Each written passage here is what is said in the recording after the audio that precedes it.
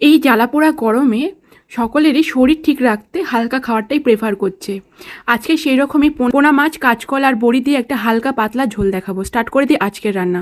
প্রথমে কাঁচকলাটাকে লবণ হলুদ জলে একটু ভাপিয়ে নেওয়ার পর এখানে গরম তেলের মধ্যে মাছগুলোকে বেশ কড়া করে ফ্রাই করে নিয়েছি। যেহেতু পোনা মাছ একটু কাটা থাকে তাই একটু কড়া করে ভেজে নিয়েছি। এরপর বড়িগুলো ফ্রাই করে নিলাম তেলের মধ্যে। ফোড়নে দিয়েছি তেজপাতা, জিরে আর শুকনো লঙ্কা, সাথে কাঁচা লঙ্কা আর লম্বা করে কেটে রাখা আলুগুলোকে দিয়ে টমেটো, হলুদ গুঁড়ো, জিরে গুঁড়ো দিয়ে সমস্তটাই কষিয়ে নিচ্ছি। আর সামান্য পরিমাণ লাল লঙ্কা গুঁড়ো অ্যাড করেছি। একটু কষানো হয়ে গেলে ভাপিয়ে নেওয়া কাঁচকলাটা দিয়ে সমস্ত মশলার সাথে কষিয়ে নিলাম। এরপর পরিমাণ মতো জল অ্যাড করে দিলাম। সমস্তটাই ফুটে আলুগুলো সিদ্ধ হয়ে গেলে স্বাদ মতো লবণ, বড়িগুলোকে দিয়েও সমস্তটাই সিদ্ধ হয়ে গেলে মাছগুলো দিয়ে দিলাম। ভেজে রাখা মাছগুলো সমস্তটাই ফুটিয়ে নিয়ে সুন্দর করে ঝোলের সাথে মিশে গেলে একদম রেডি হয়ে যাবে এই হালকা পাতলা ঝোল। বাড়িতে অবশ্যই তৈরি করে গরমের মধ্যে খাও আর সুস্থ থাকো। দেখা হবে আবার নেক্সট ভিডিওতে। বাই।